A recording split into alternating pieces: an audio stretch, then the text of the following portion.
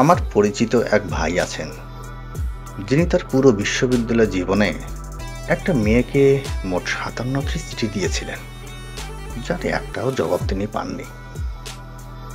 ক্যাম্পাসে যতবার তার সাথে মেয়েটির দেখা হতো, ততবার কোনো এক জটিল চিন্তা মেয়েটির মাথায় ভর করত, আর উদাস মেয়েটি অন্য কোনো দিকে তাকিয়ে ভাব দেখিয়ে তার পাশ দিয়ে হেঁটে যেত।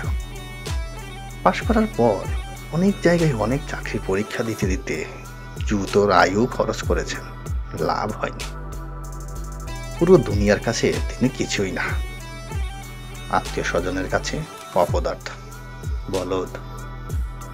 তারপর ধূপ করে একদিন তিনি জানতে পারেন তিনি এখন থেকে আর সাধারণ কেউ নন, হয়ে গেলেন assistant commissioner of People's Republic of Bangladesh, সোজা কথায় ম্যাজিস্ট্রেট। ব্যাস, সব কিছু কেমন বদলে গেল। যে মেয়েটা চিঠির জবাব দিত না, সেও কংগ্রেস ভাইয়া, আই এম সো হ্যাপি লিখে মেসেজ দিতে শুরু করলো।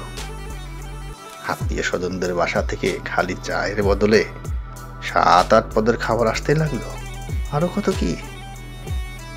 দ্রুত ঘোর কেটে ছেলেটা নিজের অতীত লাইফকে একবার জুম করে দেখে নিল।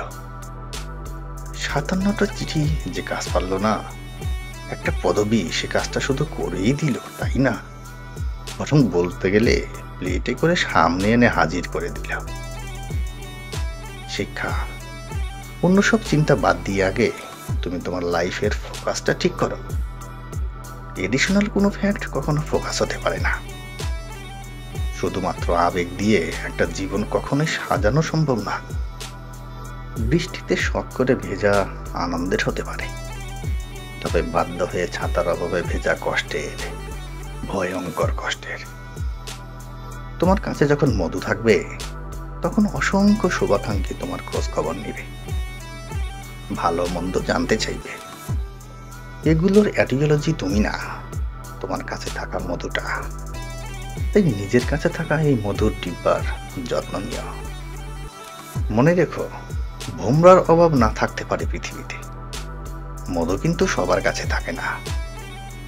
কষ্ট করলে ওই মধু সংগ্রহের জন্য করো, আশেপাশে ভোমরাগুলোকে আটকে রাখতে করো না। এয়ারটেলের অ্যাপ দেখে বন্ধুত্ব শিখো না, তাহসানের নাটক দেখে প্রেম শিখো না। এগুলোতে হাজারটা জ্ঞানের কথা থাকতে পারে, তবে সবার অভিভাবকের টাকা কিংবা অবস্থানের কথা কখনো লেখা থাকে না।